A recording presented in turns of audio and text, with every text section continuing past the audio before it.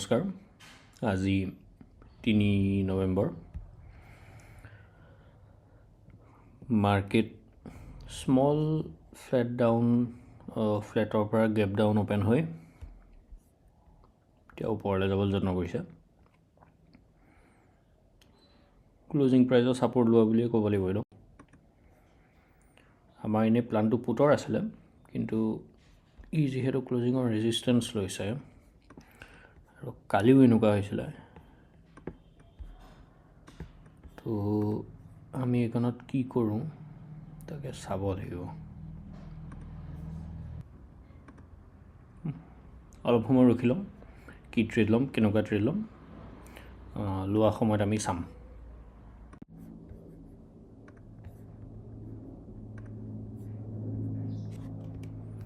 আমি এণ্ট্ৰি এটা ল'লোঁ।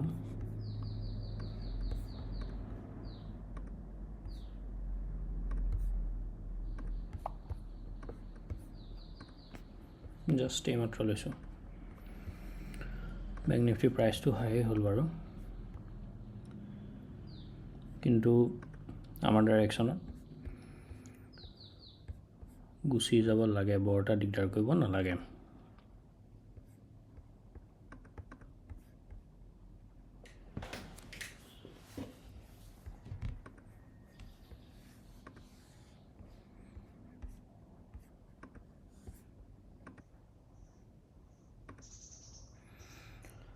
অলপ প্ৰফিট লছটো চাই লৈছোঁ। আমি ৰখিলোঁ, ৰখাৰ কাৰণ অলপ আছিলে।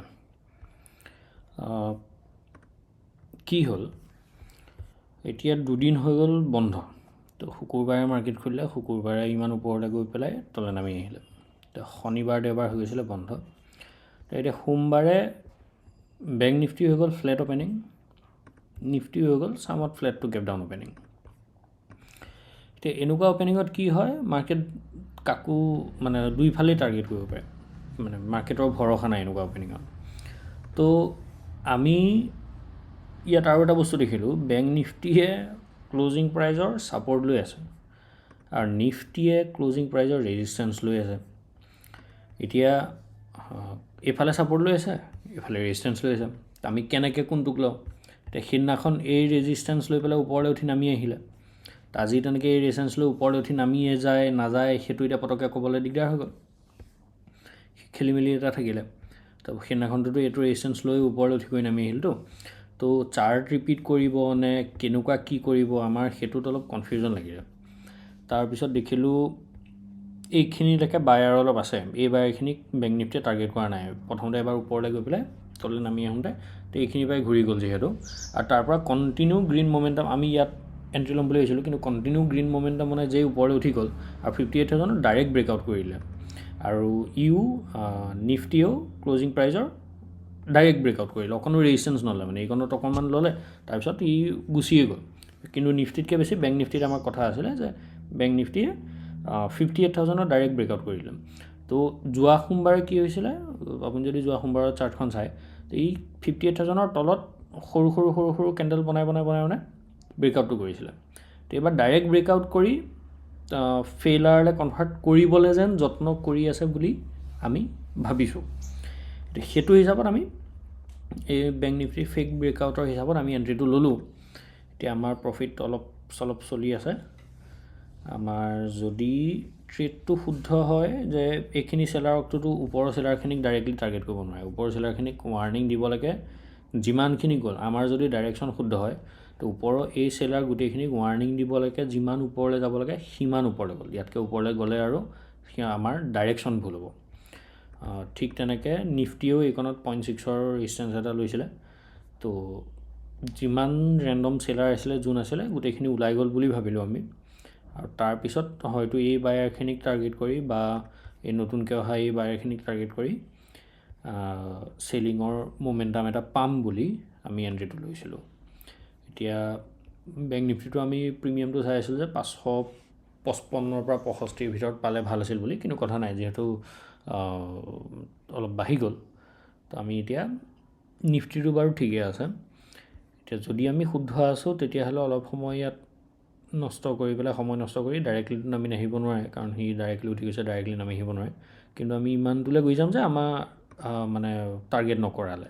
কিন্তু এতিয়া যদি আকৌ এইটোৰ যদি মানে 58,000ৰ ওচৰলৈ যদি যায়, তেতিয়াহ'লে আমাৰ দিগদাৰ আছে। কিন্তু তেতিয়াহ'লে আমি ডাইৰেকশ্যন ৱাইজ ভুল ভাবিছোঁ। ই হয়তো ভলেটাইল থাকিব, 58,000ৰ ওপৰ তলতে ঘূৰি থাকিব, আৰু নহ'লে ব্ৰেকআউট কৰি পেলাই গোটেই ডাইৰেকশ্যনে শেষ কৰি দিব, মানে উল্টা কৰি দিব। তো আমি সেইটো হিচাপত চাওঁ কি হয়। এনেকৈ যদি উঠি যায় তেতিয়াহ'লেতো আমাৰ যাবই বাৰু SLটো। কিন্তু কথা নাই, আমি চাই লওঁ মাৰ্কেট কোনফালে যায়। আমি ট্ৰেডটো জাষ্ট এইকণত এতিয়াই 1 মিনিট আগত ৰেকৰ্ডিং হৈ নাছিলে, এক্সিট কৰিলোঁ। কাৰণটো হ'ল নিফটিয়ে আমাক 20% 24% প্ৰফিট দি দিলে। নিফটি যেতিয়া ইয়াত পালেগৈ ন, তো আমি প্ৰায় মানে ফুল ট্ৰেডৰ যিটো নিফটিৰ 20% লাগে, আমি সেইটো ইয়াত নিফটিত 2,000 টকাতকৈ বেছি দেখিছোঁ আমি। তো নিফটি আমাক 1,500-1,800 টকাৰ পৰা 1,800মান দিয়ে। তো নিফটি আমাক প্ৰায় 2,200লৈকে দিলে। তো বেংক নিফটি এইটো সময়ত এতিয়া গুচিয়ে গ'লহেঁতেন, লছ ল'ব লগা হ'লহেঁতেন। তো বেংক নিফটি আমাক সেইটো সময়ত এইকণত দি আছিলে 3% প্ৰফিট, 3% নহয় 2% মান হ'ব। তো আৰু এইকণত বহুত সময় সি স্পেণ্ড কৰিলে বিল' 58,000। তো আমাৰ ট্ৰেডটো ডাইৰেকশ্যন ৱাইজ শুদ্ধনে ভুল ক'ব নোৱাৰোঁ, কিন্তু ভলেটিলিটি ৱাইজ বা 58,000ৰ ওচৰ হিচাপে খেলি মেলি হ'ল। মই ভাবিছিলোঁ 58,000ৰ ওপৰতে অলপ সময় হোল্ড কৰিব, তাৰ পৰা নামি আহিব, তেতিয়া সমস্যা নাছিলে। তো নিফটিয়ে যিটো কৰিলে যে মানে ওপৰত থাকিলে, ওপৰত থাকি পেলাই এইখিনি কণ্টিনিউ নামি আহিলে, নামি আহি পেলাই কণ্টিনিউ নামি থকালৈও কথা নাছিলে। ইয়াত কি হ'ল, বেংক নিফটিত কি হ'ল, বেংক নিফটিয়ে প্ৰথমতে ব্ৰেকআউট এটা কৰিলে, তাৰপৰা আকৌ ৰেজিষ্টেঞ্চ এটা ল'লে। এই ব্ৰেকআউটটো কৰাৰ পিছত ৰেজিষ্টেঞ্চ লৈ নামি অহা হ'লে প্ৰব্লেম নাছিলে, কিন্তু ব্ৰেকআউট কৰিলে, ৰেজিষ্টেঞ্চ ল'লে, আকৌ ৰেজিষ্টেঞ্চ লৈ আছে। ৰেজিষ্টেঞ্চ লৈ আছে মানে কি, এইখিনিতো চেলাৰ ইনভাইট হৈ আছে। তো এইখিনিৰে প্ৰথম ব্ৰেকআউটটো হওঁতে বায়াৰ আহি গ'ল, যেনিবা ৰেণ্ডম বায়াৰ আহি গ'ল। ৰেণ্ডম বায়াৰ অহাৰ পিছত সিহঁতে এইখিনিত ৰেণ্ডম বায়াৰখিনিক উলিয়ালে, আকৌ এইকণৰ ৰেণ্ডম বায়াৰ আহিলে, এইখিনিতো উলিয়ালে, এইকণততো এতিয়া ৰেণ্ডম চেলাৰ আহিব, এই চেলাৰখিনি উলিয়াবলৈকে এই মোমেণ্টামটো দিলে। নিফটিত সেইখিনি সময়ত ধুনীয়াকৈ আমি এই মোমেণ্টামটো পাই গ'লোঁ, নিফটিয়ে আমাক মানে প্ৰফিট দি দিলে 25-24% লাগে। কিন্তু বেংক নিফটিয়ে আমাক যিহেতু নিদিলে, আৰু এটা ইণ্ডেক্সে প্ৰফিট সম্পূৰ্ণ দিয়াৰ পিছত ইটো ইণ্ডেক্সে দিব নিদিব বা এনেকুৱা ৰাউণ্ড নাম্বাৰৰ ওচৰত ৰখি পেলাই আমি মানে গোটেই লছটো লোৱাটো সেইটো বৰ এটা ঠিক নহয়। তো সেইকাৰণে আমি 100 এণ্ট্ৰি লৈ পেলাই 110ত বেংক নিফটিত এক্সিট হ'ল, আৰু বেংক নিফটিটো আমি ধৰক অলপ লছতে ওলালোঁ। অভাৰঅল 0-0 হ'ল। যদি আমি কলৰ ট্ৰেড এটা পাওঁ বা বেলেগ ট্ৰেড এটা পাওঁ, তেতিয়া আমি এইকণত বেলেগ ট্ৰেড এটা ল'বলৈ যত্ন কৰিম। এইকণত কলৰ ট্ৰেড পাওঁ নেকি চাওঁ, যদি আমি ট্ৰেডটো কনফাৰ্ম হয় তেতিয়াহ'লে আমি আকৌ সেই ট্ৰেডটো লৈ ল'ম।